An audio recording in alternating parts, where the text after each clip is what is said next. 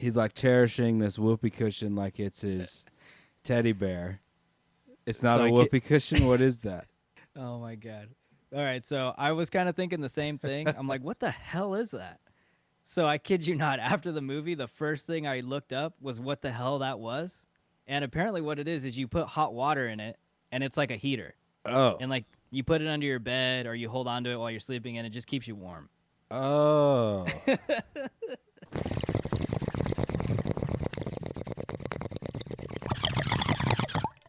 Hey, El Toddo. What's going on? We got a podcast, The Buff and the Blazer. If I was a listener, where would I go to find more? You can check us out on our website, thebuffandtheblazer.com. Drew over there writes a article that goes along with every single episode. You can find all kinds of little extras on the articles, and you can listen to the podcast right there. Also, you can subscribe wherever you get your podcasts. And, of course, we're on Twitter at Buff and Blazer. Follow us there. Get those clicks, people. The Buff and the Blazer.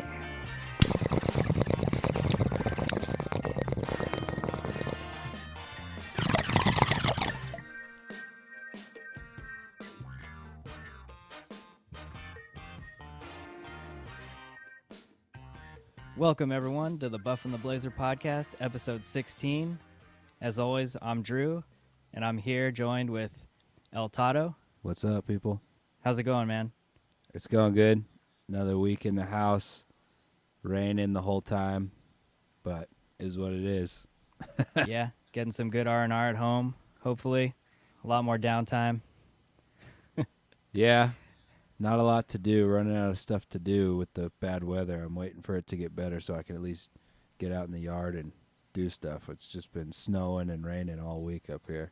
Yeah, well, everyone's in luck right now because we have our 16th episode, and today we're going to be breaking down the second Taika Waititi film that we've done, Hunt for the Wilderpeople. So let's just get right away into this. What did you think about the movie after watching it? I have totally mixed emotions coming out of the movie. So in many ways, it's very pleasing and very nice and wholesome movie. And then in other ways, it's pretty funny in like a very dry, funny way. But at the same time, it just felt like almost following a little too many rules and too predictable and too wholesome. Okay. In some ways. So I would say I was like mildly entertained. I didn't hate it, but I didn't like it that much either. Okay. How many Taika Waititi films have you seen? Can you recall? Just, I think, okay, so Jojo Rabbit, this movie, and then I have seen the What We Do in the Shadows movie, not the show. Yeah. And that was super funny. I liked both of those way more than this one. Did this seem like a Taika Waititi film to you? Yeah, it did in terms of like the New Zealand dry comedy level of it. Okay. It seemed very much in line with, Flight of the Conchords and some of the Jojo Rabbit style comedy. And then in other ways, it felt like he was grasping at a really good message. And I don't know, it wasn't a deep enough a message, I guess, for me. Okay, I get you. So I saw this movie, and I really liked it. Taika Waititi has become probably my favorite director working today now, and everything I've seen from him has been pretty consistent in terms of like his style of comedy, the way he shoots, the way he edits. So this fell very much in line with a film that I would expect from him. I understand what you're saying, though. Even I guess, was a little surprised with how neat and tidy the story wrapped up at the end and how wholesome everything was in general. But I guess I was a little more okay with that. And then there were some aspects of the movie that I questioned a little bit in terms of believability. Yeah. But I had so much fun with like the two main characters in the film that I was willing to kind of give some of that stuff a break and suspend a little bit of that disbelief. But we'll get into that a little bit more. But yeah, so overall, I guess it was a Taika Waititi film, like a classic Taika Waititi film. I laughed, I enjoyed the characters, and he kept me entertained. It felt like he made a movie for kids here. Okay, yeah. That's what it felt like to me. I feel like Jojo Rabbit and What We Do in the Shadows is quite a bit more geared towards my age adults, Right. and Jojo Rabbit even a wider audience. But I felt like this movie was directed more for kids. If Okay. that makes sense. Yeah. And I think Because so. it's I mean, we could just PG-13, right? yeah. I think just going off of what you said, maybe another way to look at it too is Jojo Rabbit. I felt like while kids can watch that film, it wasn't talking down to kids. Maybe like being directly, put towards them in the terms of like dialogue and story. Whereas this film maybe was kind of brought down more towards that younger level of viewer, to where they could maybe understand the broader themes of what was going on a little bit easier than a film like Jojo Rabbit. I don't know. What do you think of that? My little hypothesis there on the wholesomeness versus Jojo Rabbit. Well, the story, I guess, that he's telling, the larger story in Jojo Rabbit is so much more impactful Yeah. to a larger group of people, I think. Mm-hmm. And for a while in this movie, I thought it was going to go the route of like indigenous kids, kind of taken away from their families, Right. and put into foster care, because that's really common. I know is a major issue here in the States and in Australia, but I don't know any specifics about Australia. I'm sure it happened there too. Mm-hmm. But then the movie didn't really go there, so then I was kind of thrown off. So like in the beginning of the movie, I thought that was maybe going to be like the deeper message about how screwed up this kind of re-education system is in a lot of these countries with large indigenous populations. But it didn't get there because it came out at some point that his mom was just like too young to have a kid. So then that's why he was in foster care. So that part kind of threw me off a little bit.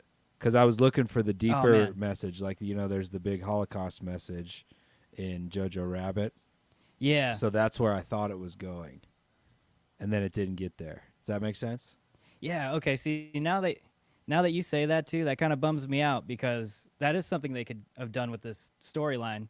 Because when you think of the film as a whole, it is very, very New Zealand centric. Oh, in terms of like some of the details, the dialogue. Like, he's totally at home with the wider way he presents the story with all the Kiwi stuff. So yeah, thinking about it like that kind of bums me out that maybe he could have done something like that and got even deeper into something more meaningful. Yeah, maybe seeing Jojo Rabbit that's really before interesting. seeing this was not a great move, because I was expecting something that deep and that impactful of a statement at the end. Wow. Okay, you might be swaying me a little bit here, but I do have my criticisms on certain things. But it's based off of a book, right? So that just might be me having knowledge of those types of things that happen, coming up with the kind of educational background I have. Right. And knowing about those type of boarding schools and stuff like that. Yeah. And I mean, this came out in 2016, so he has been able to get a lot more under his belt. So, I mean, it's understandable that maybe this is like him progressing into the director that we know now. Yeah, okay. Yeah, that makes a lot of sense. Yeah. This might have been one of his earlier, like, big budget movies. Yeah. And I mean, I wouldn't even probably call this a big budget film, although there are some pretty big sequences in it. Yeah. Towards the end, which I thought were pretty awesome. I actually like the second half of the movie. I liked a lot more because of all that. But yeah, so just for reference, the film got a 96%, and even to me, having really liked the film, that is a little bit surprising. And like, I think Jojo Rabbit was at like an 80 on Rotten Tomatoes. So yeah, this is that's interesting. A 91 with audience and a 96 with the critics. Right. That's really high. That's like a perfect movie, I guess. Yeah, it doesn't get much better than 96. So what did you think of, so the story kicks off and we get the general gist of that. We have Ricky, who's kind of in and out of foster care, I guess, and he's landing with this new couple, and the story kind of just takes off from there. From that point, did you really kind of get a pretty good idea of how the story was going to end up? Was there anything surprising that happened where you were like, oh, I didn't see that coming? Not really. I mean, there was a bit of consequence in the movie, but it felt like not enough. Right. And in the beginning of the movie, it was like, okay, has the potential to be super funny. He's like a hip hop kid, and Yeah, city kid. all the really short, funny speech with the new family Yeah. had me hooked pretty quick. Like, okay, this is going to be a really funny movie. And then it kind of dragged. It kind of felt like it stayed in that kind of boring, dry, funny for too long. Yeah. Are you talking about his time on the homestead with Yeah. like Heck and Bella? Yeah, in the beginning. Okay. Yeah. I felt like that kind of went a little too long, or I don't know. There was just something that put me off about like maybe like the second portion of the first act of the movie. I just found myself kind of like wanting some more. Mm-hmm. And then as the movie progressed, when they're actually out and about in the bush, I was really excited about what the overall story is doing there. Yeah. But it kind of fell short in terms Okay. of like the struggle of being out there for that long. Yeah. I have some questions I'm going to throw at you regarding that whole. And then whole at part of the end, story I was too. just like, okay, I know how this is all going to wrap up. I kind of dug the whole Thelma and Louise kind of ending, Yeah. but the major consequence at the end with the whole dog thing, that's like wasn't a big enough of a bang for me. Okay. All right. If that makes sense. Yeah, totally. For me, I was a little bit surprised. So you get introduced to Ricky, and they set him up as this kid who just like doesn't give a crap. He doesn't want to be there. He wants to do his own thing. He's just in another home. And his turn from from that to kind of buying into the way of life of Bella and Heck, that was a little bit of a stretch for me. Like that turn happened so quick. But the reason why I was okay with it is because I like the fact that they didn't dive so deep into Ricky's background, where I think they gave him like maybe like a 30-second sequence of like them explaining like, yeah, he lights things on fire and he's graffitis, and like you just get like a real quick overview of his past. So I preferred that as opposed to like going back and doing flashbacks of these long scenes of like trying to feel sorry for him or whatever. So I appreciated that. And I liked the pace going from him landing on the homestead to actually getting into the brush and getting the story going.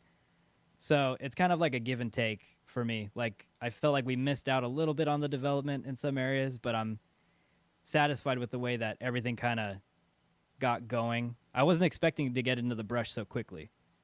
Well, the first time he only gets 200 meters away, right? Yeah, yeah. And I mean, like when you actually get into the bush with him and Heck. Yeah, But yeah, okay. that was funny. That was funny. Yeah, I love his little zip up. His hood zips all the way over his head. That's hilarious. Yeah, I like that. He's so gangster Yeah, he's gangsta. with his clothes. I think the word they use is scucks. Scucks. Yeah. That's another thing about the movie. There's so much like almost like really short, authentic New Zealand slang. Yeah. That it is funny to people who aren't from that country, but I'm sure it's a lot funnier to people from New Zealand. Mm-hmm. And it's just so short and dry. That's what I kind of meant by he's very at home and comfortable with the way he wrote the story and the dialogue.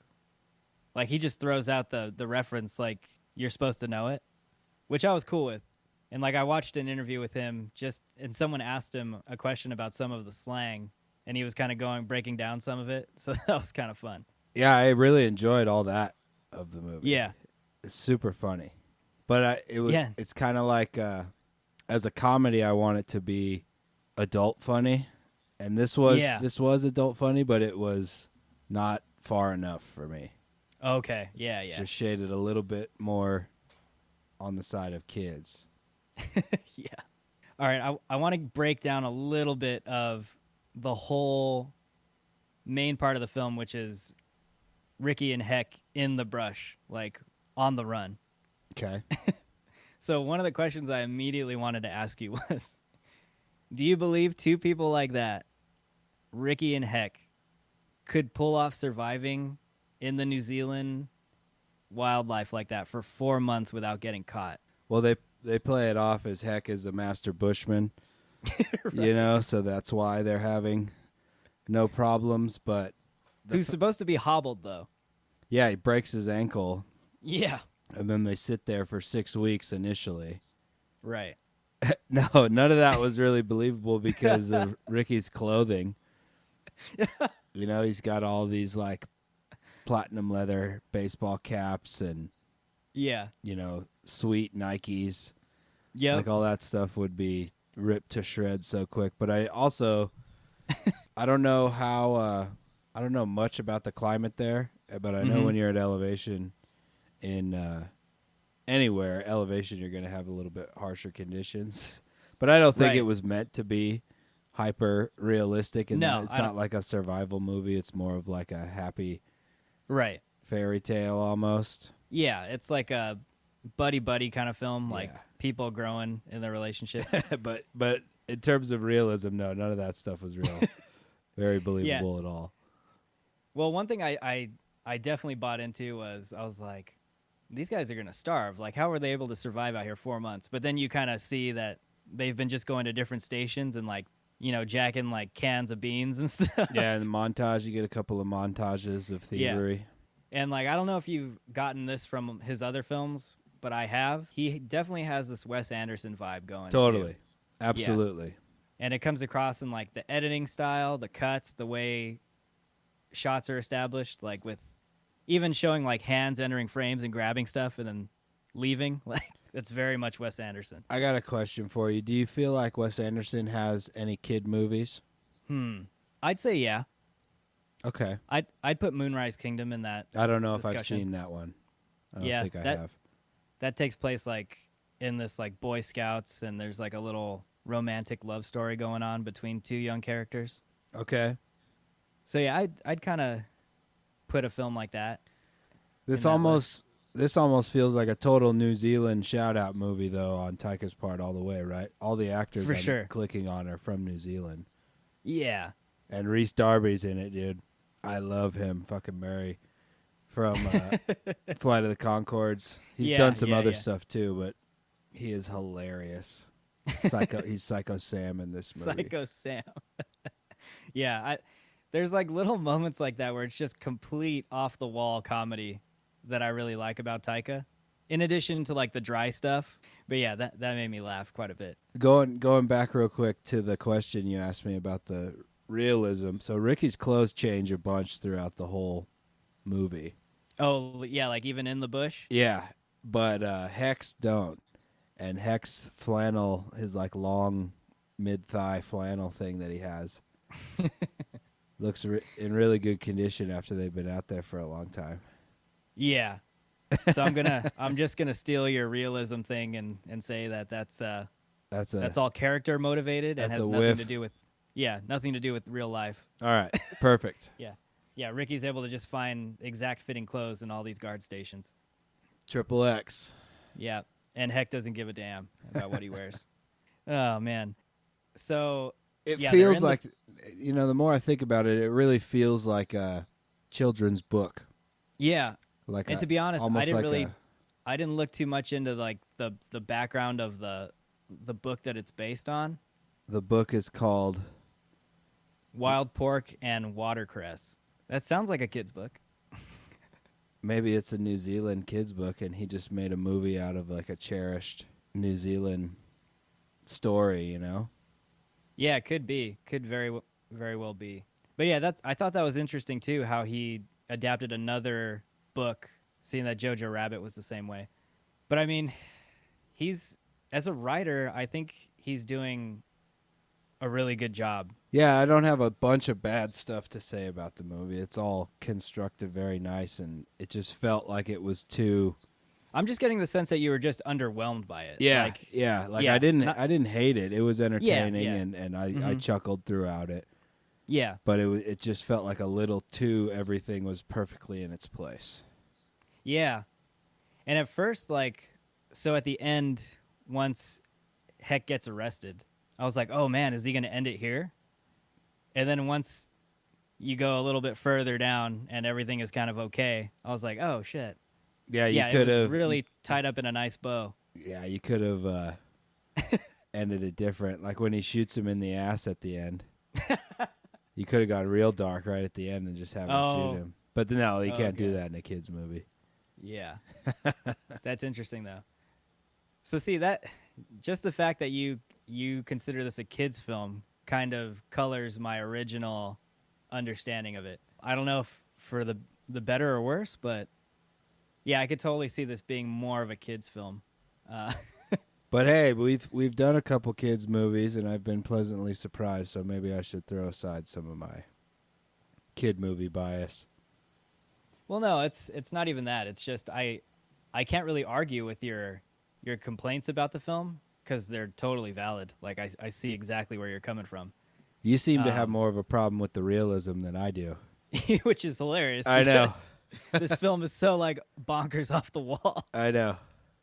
But yeah, it's I don't know. I was just like, man, I don't buy them ditching like the authorities for 4 months out in the bush. But whatever, it's fine. But where the film really does work for me though is with the characters. So I enjoy all of the characters in his films. And one thing I will say, so the reason I know that Taika Waititi can do character and he gets characters really, really well is because he directed one of the Marvel films, Thor Ragnarok. And before that movie came out, I could give two craps about Thor. I did not care about that character. And then Taika takes him over and totally changes my appreciation for Thor as a superhero. And from that point on, I was really turned on by him as a writer, but also a director. And I've just been totally impressed with the way he writes from that point on. And this film is definitely no exception. This one I think he did right before they got him onto Thor. Yeah, it's the year before. Yeah. So, but I mean, this movie, though, Hunt for Wilderpeople, was kind of probably his first big budget movie because I think What We Do in the Shadows that he wrote and directed, the movie one, just was an HBO movie. Mm-hmm. I don't think it even hit the big screen. So this was his first big screen movie, I think. Yeah, and What We Do in the Shadows was actually based on a short film he did. Okay, like I a think sketch. by the same, like yeah, a funny exactly. sketch he did in college or something like that, or film school. Yep. It feels like that. Like and he did it with Upright Jermaine Citizens Brigade. Yeah, with all the Reno same actors too. type thing. Yeah, so you can find that online, I think. And they're shooting it, and it's, I guess someone got onto it and gave him a chance to do a full feature film. But I love that film too, What We Do in the Shadows. But this movie, it makes sense to come out and just do something exactly in line with major cinema for his first big screen, right? Yeah. Can't take a ton of chances like, say, JoJo does with the extreme satire, and you kind of had to, this is like a earn your keep, I belong here type of movie, it feels like. Yeah, but I mean, having said that too, I don't think this film was released by any of the major studios, but you can definitely tell the budget on this film was more than he had ever before. Yeah. Just with like the last half of the film by itself. Totally, with the amount of car the backcountry chase scene and the explosions and stuff, like all the crazy car wrecks. And I don't know what he was paying to rent like those military vehicles. It was crazy. Was this all shot in New Zealand? I believe so. Yeah, this is like 100% New Zealand film. I have to go there. It is just gorgeous. Yeah, did you recognize any? No, I don't. Famous places. I don't know much about New Zealand at all, geographically. But what it looks like is, it looks like Hawaii with real mountains. Yeah, like real legit snow-covered mountains. And then Lord of the Rings, they filmed a lot of that there, right? Yeah. I just got to see that. It just looks so gorgeous there. And some of the drone shots, like up over the really thick forest, that they do like around the homestead. Mm-hmm. It just looks so gorgeous there. And it looks like they got some like variety of terrain too. Yeah, it looks Uh, really diverse. I don't know if they have any really arid regions, but other than that, it looks like they got thick forests at Yeah. different elevation levels. You know, there looks like some areas there's a tree line for sure. Right. And then it's almost like straight tropical in the lower elevations. It just looks gorgeous. Yeah, it looks. It looks like an extremely diverse ecosystem, Yeah. and I want to go there. Yeah, it was weird. I was watching it and I'm like, man, I could grow me some peppers in that soil. Yeah. Going back to some of the characters, was there one that caught your attention more than another? Like, did you have a favorite? I liked Ricky. He's super funny. Yeah. I really liked how Ricky has the whole hip-hop background. He names his dog Tupac. Yeah. That whole aspect was really funny. But the one character that I think I liked the most was the brother of the younger girl on the horse. What was his name? Oh, yeah, yeah. Who wants to get the selfies? Yeah. Yeah, the whole cast in this film was great. He was so funny. He had a very like that Hawaiian bro type of laid back. Polynesian Yeah. vibe. It is just hilarious. Yeah, no, he was great. Troy Kingi is his name, Okay, cool. and he plays TK in the movie. Yeah. He was probably my favorite. He's funny. And then Reese Darby's character, Psycho Sam. He's like the stupid Ted Kaczynski, Unabomber kind of government's coming to get you, paranoid Yeah. conspiracy theorist guy. A character I actually really enjoyed was Bella. Yeah, And she wasn't in the film a whole lot, which was kind of a bummer. But I liked how, at first, when we're introduced to her, she seems like she's kind of smothering Ricky, like way too much. And then he plots a scheme to try and run away, and she's like, "Yeah, it's fine. Do what you gotta do. You're not gonna get very far." And then she becomes a lot more like loose with him, and gives him like this breathing room. And she's just like a really cool character. And I like the relationship she develops with Ricky, and you buy that dynamic between those two, how like they really care for each other. And I like how she's, you know, the one that's like going out hunting, and she's like feathering the birds and getting dinner cooked, and I don't know, I thought she was a really cool character. yeah, and she always had really good words of wisdom for him. Yeah, for sure. But I got a question for you. Is that a whoopee cushion that she leaves in his bed? Or is that No. something else? Because That's I was something like, else. man, that must be a New Zealand joke.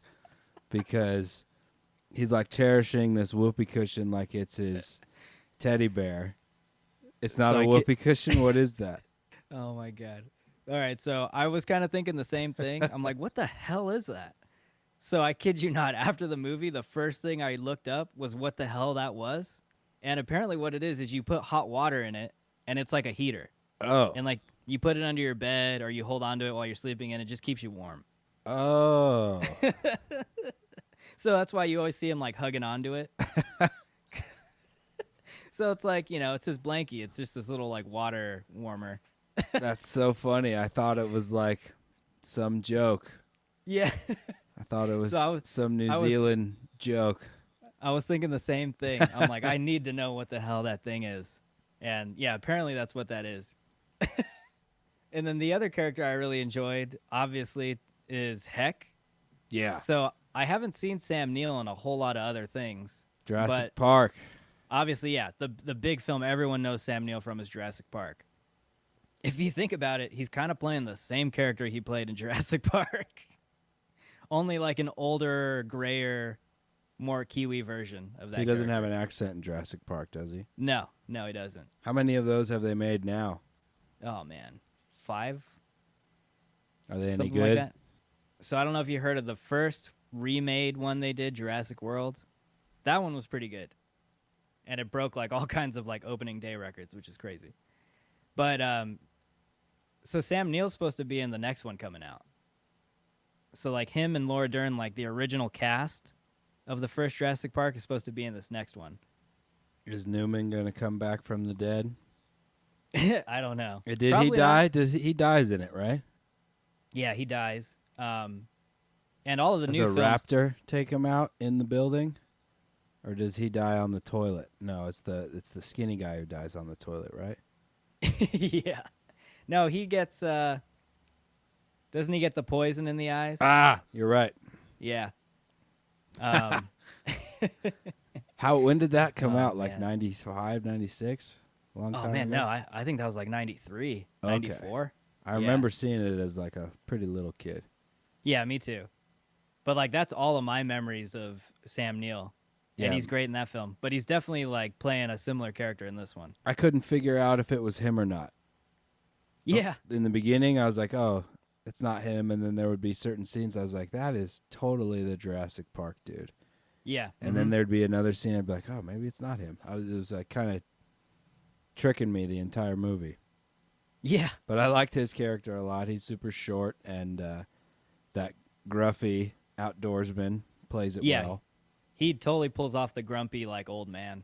So that's what made me enjoy their relationship is I mean, he pretty much flat out tells Ricky that like I didn't really care about you. Like the only reason you're here is cuz Bella wanted you here. So he's like, yeah, the authorities are going to come and pick you up and you should probably just go with them. And so Ricky runs away, and then that's where they're kind of like forced to bond in the forest, I guess, in the brush. I mean, he's out, but then he finds Ricky there. And then that's when they're kind of like they develop this relationship, and then it gets a little more friendly. But what I did like is even towards the end of their whole journey, they're still not like tight. There's still that kind of like uncomfortable thing going on between them. Yeah, that like adopted uncle awkward. Yeah. And then to throw in when he says the one dudes think he's molesting him, the other hunter guys. That was probably my favorite comedic scene in the whole film. At which one? At the end or when they're in the cabin? When they're in the cabin. Okay. And Ricky's like totally making it seem like he's being molested. Yeah, it's kind of a South Parky kind of scene. It's really funny. There's a lot of really funny scenes in the movie. Yeah. And that's like something I know Taika wrote. Just but yeah, that scene was the funniest one in the whole film for me. In terms of like the casting, it seems like this is just like a total ode to New Zealand, and I don't think you could have probably got other actors to play these characters and get it as much because everyone seems so damn comfortable in their role. Oh yeah. Yeah. And like I loved that about this film. Yeah, me too. Like I mean, I'm a total, American Westerner, and I love the fact that he was just so into getting New Zealand on screen. Yeah. That was great. And all the actors, most of them anyway, like being either from New Zealand or Maori, that was awesome. Which is why it kind of bums me out that you mentioned he probably could have gone deeper into the whole like, the child element of Maori kids and native children, that whole line of storytelling there. That could have been gold right there. But yeah, I just don't know how much of an issue it is there. I know in Australia, it's like there's still families that are separated, but I think the actual like programs went into like the 90s or something. Here in the States, they went well into the 70s, like the boarding schools and stuff like that. Right. And I just don't know if it's I'm sure it happened. I don't know how much of a problem it is, but that's where I thought it was going in terms of like the big message. But it might be that the book doesn't have that angle at all, and it's just like a male bonding adopted uncle type of story. Yeah, and I wouldn't be surprised at that because to my understanding, I think like for Jojo Rabbit, that film was adapted from a novel that's supposed to be serious. Okay. And Taika turned it into like a more of a comedy. So I'd be curious to know. Speaking of Taika, did you like his cameo in the movie? Yeah. He's hilarious. He's absolutely hilarious. Has he hosted Saturday Night Live? Oh, I don't think he so. would be freaking awesome on Saturday Night Live. Yeah. He would be amazing. I want to see him in like a sketch environment. Yeah. Oh, man. I wish a show like Reno 911 was still around because I would love to see him play like a recurring character on a show like that. Yeah. He is so hilarious. Like, he didn't even have to speak. As soon as I saw him, I was like rolling. I'm glad he puts himself into his films. But with Jojo Rabbit, that was awesome. They made him play that role. Yeah, I wish he was in this movie more, maybe. I know, me too, kind of. It's like he's one of the few guys I'd want to see in every one of his own movies. He could pull off playing multiple characters in a movie. I mean, dude, he just came off of playing Adolf Hitler. Like, come on. What can't he do? There's old comedy movies where one guy plays a bunch of different characters, right? Oh, yeah, like Eddie Murphy is notorious for that. Oh, yeah, Nutty Professor and Yeah, and all and that. Coming to America. Yeah. Taika could pull that off. Yeah, He for could sure. pull off something like that. For me, like I said, the characters in this film were really strong. So I wanted to ask you about another pair of characters, Paula and Andy. Those were two characters that I also found pretty hilarious, like the way they are. And what was so funny about them is like they're so hell-bent and focused on getting Ricky at any and all costs. I don't know it's their if life's mission. I don't know if Andy is as much. Yeah, Andy's there like for moral support or whatever, but he's like the useless right-hand person of Paula. Yeah, Paula's character, played by Rachel House, she's freaking hilarious in the movie. Like that scene when she's on like the morning news show, Yeah. and she keeps saying "No child left behind." Oh yeah. That scene is really funny. Every line she has in the movie is hilarious. Oh my god. She's hell-bent on finding Ricky. And I loved it towards the end when she's in like the tank vehicle with like her helmet on and she's like ready to chase him down. Yeah. Oh my god. That tank she has is dope. Oh man. Yeah, I bet you a lot of the budget of that film And comes out of she's that just tank. she's just a social worker.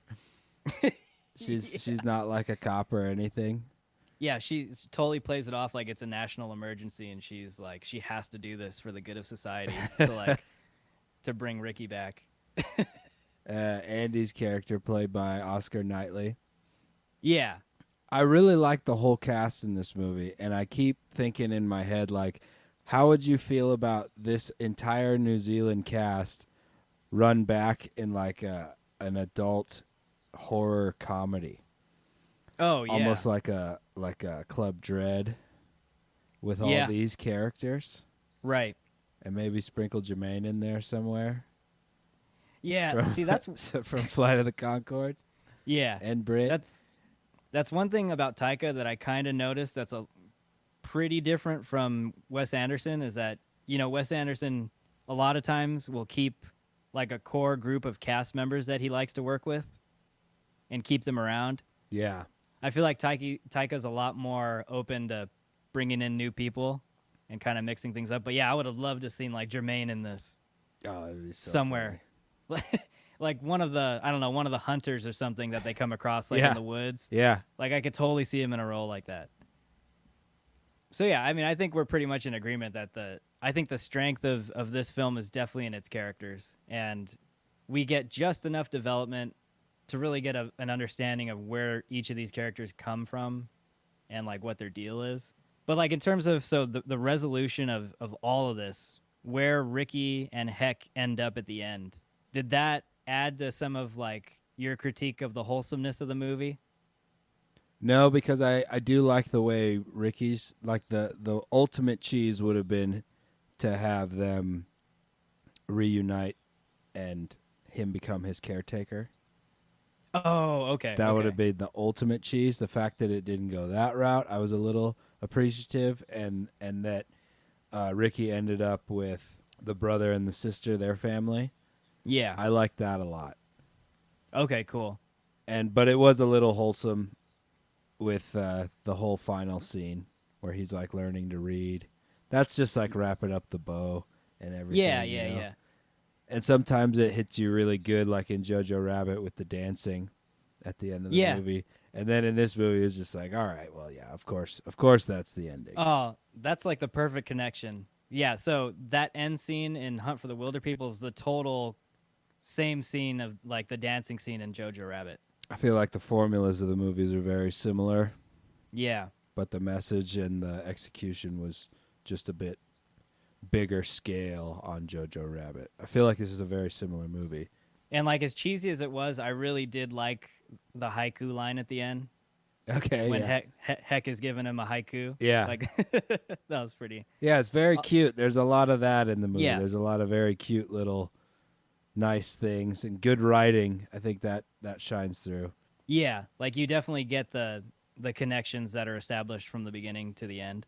Where I think this movie stands out by far the most is in the cinematography. Yeah. It's just shot so beautifully. Lots of the big sweeping, panned out wildlife shots with them running through. Lots of the strange interior stuff. Yeah. Like I loved all the aerial shots, like all the establishing shots of the bush, and you get like these low flyovers and you see how vast the whole area is. Like, man, I could watch hours of that, just footage of New Zealand, like on repeat. Yeah, is that a YouTube channel? Can I get that? Yeah, I'm sure it is. There too. used to be a show called, I think it was on like PBS or some shit, called Aerial America. And it was literally just that. Dude, I own both seasons of Aerial Okay, America. cool. You know what I'm Yeah. talking about? Yeah, there was a point where like I binged that all 50. And that was awesome. But yeah, you definitely get that kind of vibe with some of the shots in the movie. And you do, so on top of like what's in frame, you do get some really nice like different kinds of cinematography and interesting looking shots. Some of like the way, like Ricky's character, I think the first shot of him is it in the car? I think it's in the car, right? It's in the car. But then like to develop the kind of person he is, you get like a shot of the door opening and then his feet. So you can get like a close up of his Nikes. Yeah. Like Taika does a really good job of giving you what the character is about without having to tell you anything and just showing you. And like I always hear these directors saying like the best kind of storytelling is to show and not tell. And I felt like, yeah, that's something Taika did really well in this movie. Yeah, that's a good point because like you get the sense that he's super hip hop, Yeah. but it's not like that's all he's blabbering about the entire movie. Right. That's a really good point you make there. And I like how that element of his character too kind of rubs off a little bit on Heck. You kind of pick up on it, like with his gangster slang, like the Skuck's life. Like he's like, I didn't choose the Skuck's life. The Skuck's life chose me. So it all comes full circle. Yeah. So having all that great character stuff on top of this backdrop of just gorgeous, like scenery, it really adds to the sense of adventure and the wilderness. Yeah. And I think that plays a big part of why I like the movie so much. It's like, if you give me good characters and something nice to look at, I'm pretty much going to buy into whatever you're selling me. Yeah. Like, that's always like the most important thing for me, which is why I can kind of like suspend my disbelief on like them surviving on the run for 4 months. Yeah. Is because everything else works pretty much. Those locations, God, I'd love to go to New Zealand too. Come with me, man. Yeah, that'd be awesome. At some point Yeah, for sure. in I would totally- 2023, we'll be allowed to Yeah, leave our counties, right. and then Maybe we'll- even our homes. I heard they got like 100-meter radiuses in other countries. You can go 100 meters from your house. Seriously? Yeah. Wow. So you can't even like get out and walk around. So basically, Like you stop can get my out, bitching. but you can't walk far. Yeah. Well, yeah. Once things get back to normal, hopefully. We'll go to New New Zealand. Zealand. Yeah, New Zealand would be awesome. Buff and the Blazer on location in the bush. Doing nothing but reviewing New Zealand television from a hotel room. Or New Zealand candy commercials. Is that like a thing? Did you pick up on that? So he's when he first lays eyes on Kahu, the girl in the home that he comes across. Okay. She's like in the slow-mo and her hair's blowing in the wind. He's like imagining her as like this candy, this New Zealand candy, and it's all like hyper romanticized. I don't know if the candy part landed for me. Yeah, so I picked up on that a little bit. So my brother-in-law is actually from New Zealand. Okay. And so the candy they were marketing on this, I believe, is called a violet crumble. It's like a chocolate, this really crumbly, silky chocolate bar. And that was the commercial in the movie when he starts like getting infatuated with her. So that got a laugh out of me. I was like, That's funny. I recognized it. But yeah, I'd be curious to show a movie like this to him to see if he picks up on a lot of things that we missed out on. Yeah, that'll be a good homework assignment. Yeah, for sure. I'd have to report back. Report back episode 17. What did But you yeah, think of all the special effects in the movie? Yeah, so this is where the movie kicked up a notch for me, and I really was enjoying the ride, is when you finally got into the chase, and you have this like huge entourage of like police cars, and then Ricky and Heck on the run in this beat up like truck, and they're just going through like the bush and terrain, and they're being chased by like military vehicles. Like it looks like they have all of New Zealand on their tail. Like it's become this huge chase. You have like vehicles getting just demolished and turned over. Some pretty awesome crashes. Man. That were super real, like when they flipped that one car. Yeah, the police car. Yeah, I noticed in that scene, I don't know It if looked they like had, there was a stuntman in there. Yeah, I don't know if it was a stuntman or like a dummy, but like the body inside the car like smashes into the windshield. And I was like, damn, I don't know if there was like a dude in there, but I hope not, because it looks so real. I know. If it was, I mean, hats off. That was like, you got me on that shot. Yeah. Like, that was awesome. And then I like how it all culminates into them kind of, it's almost like the shootout that ends at the end and they're all surrounded and comes out and it ends in this big climactic way. But instead of there being this crazy like death or anything, like Heck gets shot in the ass, like by Ricky. Yeah. Which is like Taika's spin on that whole thing going on. Yeah. But yeah, the FX in this movie were great, and you could tell that they took some liberties on spending some money. Yeah, it's almost like a lot of the shots that you would think would be the most expensive were probably done with drones. Like I'm talking about the overhead shots. Mm-hmm. Like those were probably all just done pretty cheaply with drones, and there's so much of that in the movie. And then all the budget was spent on this final chase scene. And like he handled it really well. I almost kind of see this as like his audition tape for Marvel. Okay. Like, I'm sure they saw this and they're like, okay, this guy can handle a big budget. He can shoot action pretty well. Well, Jojo Rabbit freaking had all that pretty good action at the end of the movie too. Yeah. With the explosions and stuff. Yeah, so that film, again, is just building on this like progression that I think you can see in Taika's films. He's like getting more and more comfortable with action. And he's definitely got a freaking big bag of tricks. For sure. And I think this movie was him kind of like showcasing. Yeah, like I totally see this as like skill set, you know? Yeah, this is definitely his coming out party. Yeah. In terms of like, he's a serious director. But yeah, all that stuff was great. And then, again, like from start to finish, just whatever he captures on in frame is just gorgeous to look at. Like the whole homestead. Yeah. I mean, who wouldn't want to live there? I do. Like, dude. I don't need electricity or nothing if he got a landscape that looks like that. Yeah. It's gorgeous. Just totally blows your mind. So then, so we got the story, the characters, the visuals, they all tie together. And then again, another element of the film, which I wasn't expecting to kind of enjoy as much as I did, was the score, the soundtrack for this movie. Yeah. It's like really quirky and kind of weird. Like the way the film opens up where you get the aerial shot of the bush and then this like chanting going on. It's very kind of ominous and it almost seems out of place. But then the whole soundtrack is kind of that way. But it melds really well with Taika's style. Yeah, it has a very quirky 80s, goofy kind of vibe. Right. But I really I couldn't really pick out a lot of the music that as if I've heard it before, but all of it seemed to fit really well with the movie. Yeah. Fit well with the vibe. I actually like the score a lot in this movie.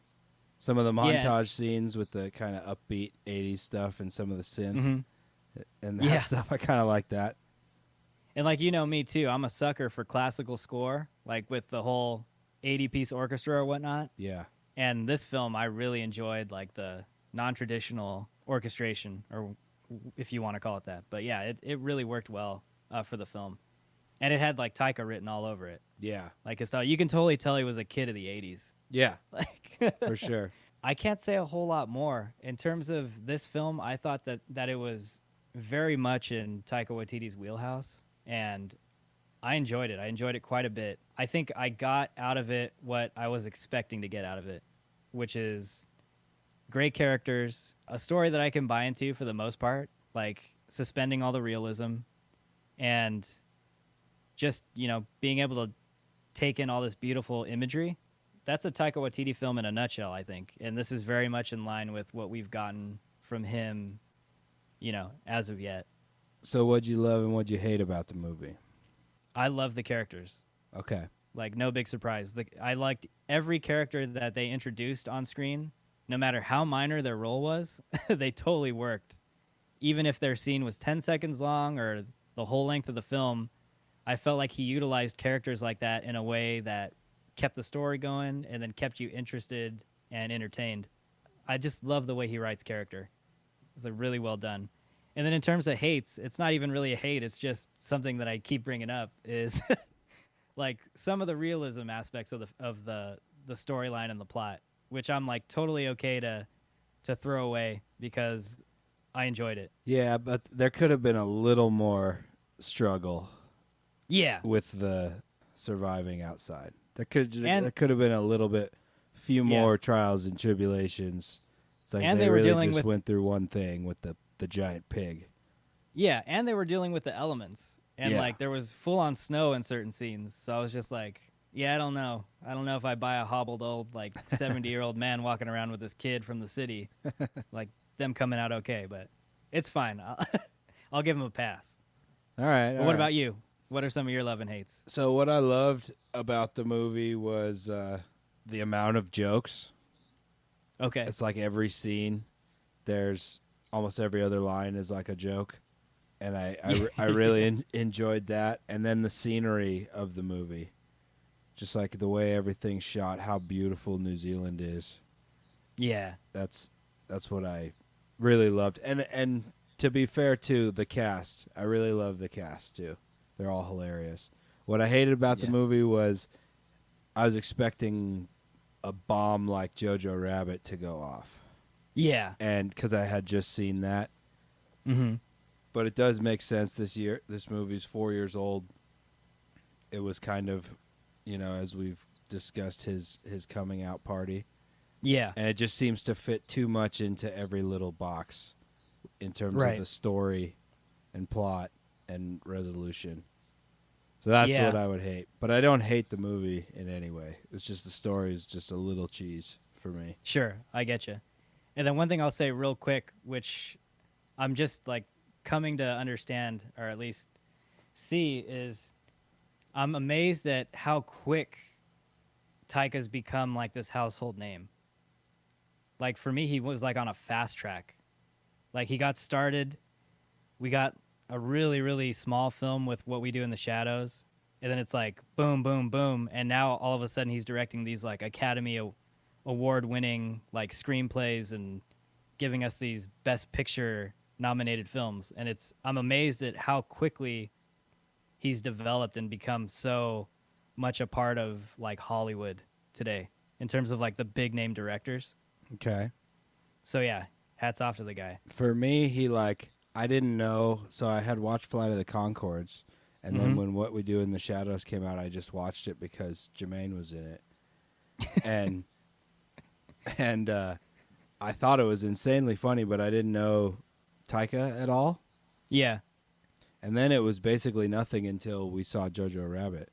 So Right. I can't wait for more from this guy. I don't know if I'll see Thor, but I was just going to say, if there's a film I'd want to show you to get you introduced or even to get your feet wet in the Marvel Universe, it'd be Thor Ragnarok. well, that's the only other Taika movie he's got, so maybe I'll watch Yeah. it. It's probably on like Disney Plus or something, right? Yeah, Okay. I believe so. So yeah, that'd be a good one to do. But yeah, he's awesome. I can't wait. I'm really happy to be alive with people that are young like this that are just going to bang out movies for the rest of our lives that are going to be awesome. Yeah, totally. You know? I'm totally there with you. So, we've reached that point of the show. Drum roll. What do you rate this movie? I'm going to be a little lenient and talking about it up my score a bit. Okay. And talking it out. So I'm going to give it 3.5 bong loads. Okay. Because it's a really well-made movie, execution-wise. It's beautifully shot. The only place it fell flat for me was a little bit on the storyline, a little cheesy. Yeah. So yeah, 3.5 from me. What about you? All right, so I'm going to meet you a little bit in the middle. You brought my score down just a bit, so I was going to give it a 4.5, so I'm going to give it a 4 buckets of popcorn out of 5. All right. I really enjoyed it. I got what I was expecting from a Taika Waititi directed film, and I had a good time. Yeah, So, I think I was let down a little bit because Jojo Rabbit's such a banger. Yeah, which I totally understand. And that might have had a lot to do with my letdown a little bit. Yeah, so But would hey, you we're recommend it? compromising. I can't. Yeah, I'd recommend it. It's entertaining, and it's funny. Yeah, It has the feel of like a funny series, like a comedy series.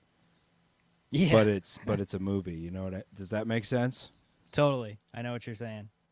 That's episode 16 of The Buff and the Blazer. We just discussed Taika Waititi's Hunt for the Wilderpeople.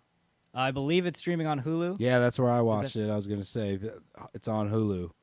Yeah, so if you have time, which I'm sure you do right now, give it a watch, and we think you could find something in there that you'd like and get some enjoyment out of. But until next time, I'm Drew, and I'm here with El Toddo, and we'll catch you guys later. Stay safe, people. Take care.